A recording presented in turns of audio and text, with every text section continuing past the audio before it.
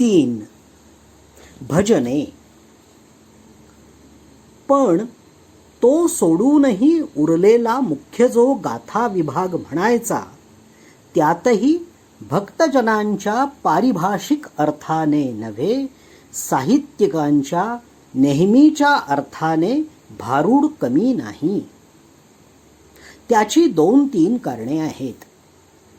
ती लक्षात घेतली म्हणजे यात आश्चर्य सारखे नाही.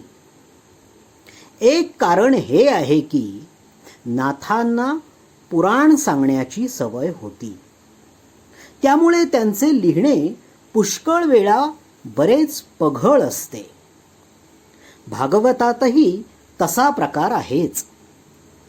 पण तेथे तो दोषरूप झाला नसून त्याला विशिष्ट गुणवत्ता आली आहे.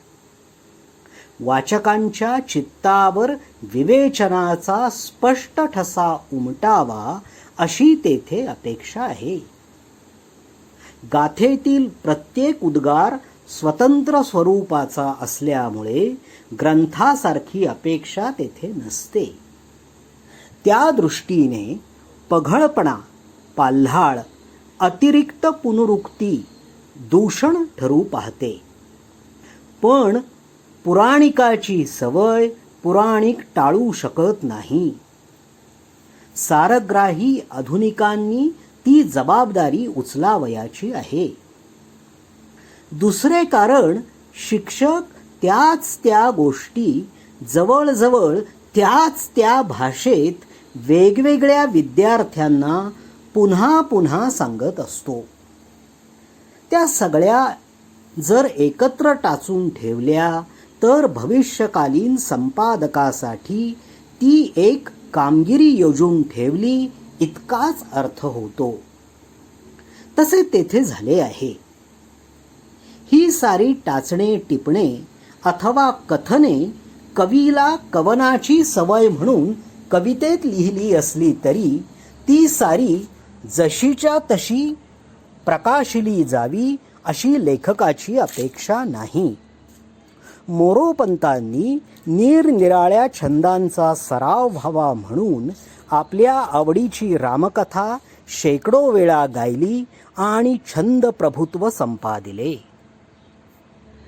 तो एक कौतुकाचा विषय आहे. पण ते सारे भरताड आजचे वाचक वाचण्याचे नाकारतील तर मोरोपंतांचा त्याने विरस होणार नाही. उलट सौरसच होईल. नाथांच्या बाबतीत कारण वेगळे असले तरी फलित तेच आहे.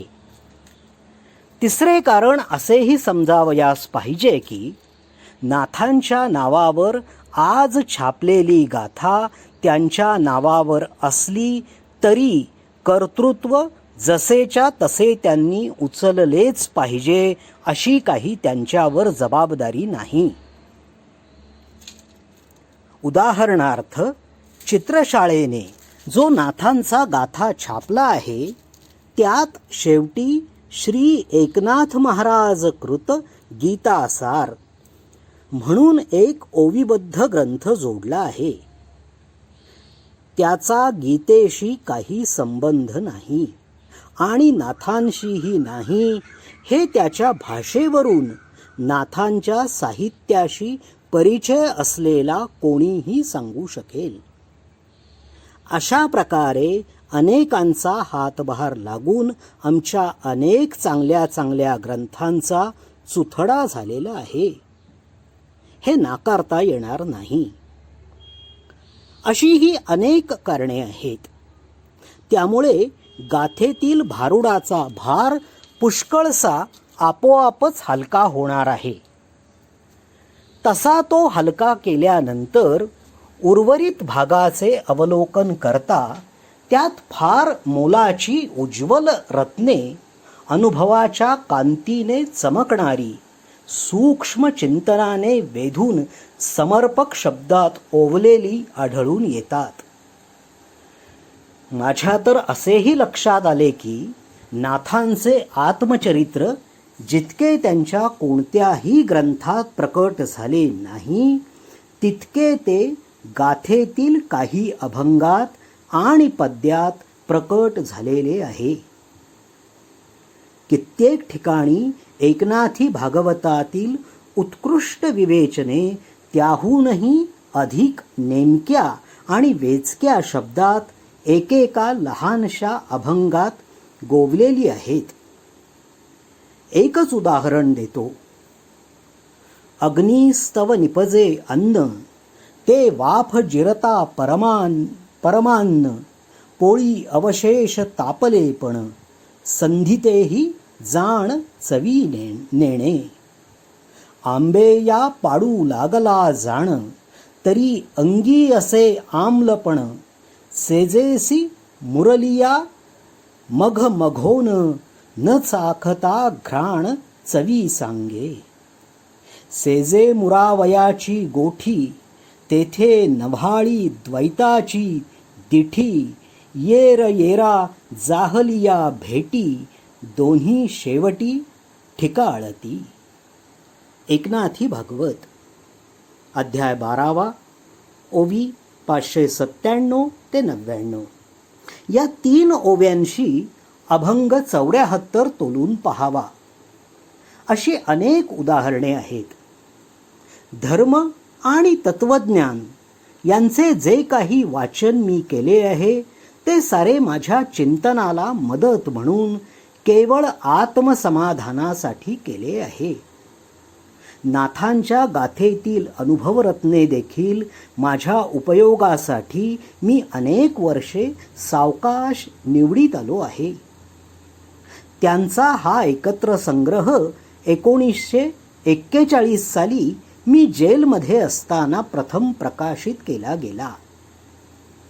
आता दुसऱ्या आवृत्तीच्या वेळी त्यावर मी पुन्हा बारकाईने नजर टाकली आहे. काही अभंग बदलून घातले आहेत. जुळणीतही किंचित बदल केला आहे. आता ही निवड आणि जुळणी दोन्ही माझ्या मनाजोगत्या झाल्या आहेत. सबंध गाथ्यातून केवळ 300 पद्ये घेतली आहेत. गणिताच्या भाषेत बोलायचे म्हणजे अतिसंक्षेप रूप दिले आहे. ही वचने मुळात मोकळी आहेत आणि येथे जरी प्रकरणात बांधून त्यांना विशिष्ट आकार दिल्यासारखे केले आहे तरी ती मोकळीच समजायची आहेत.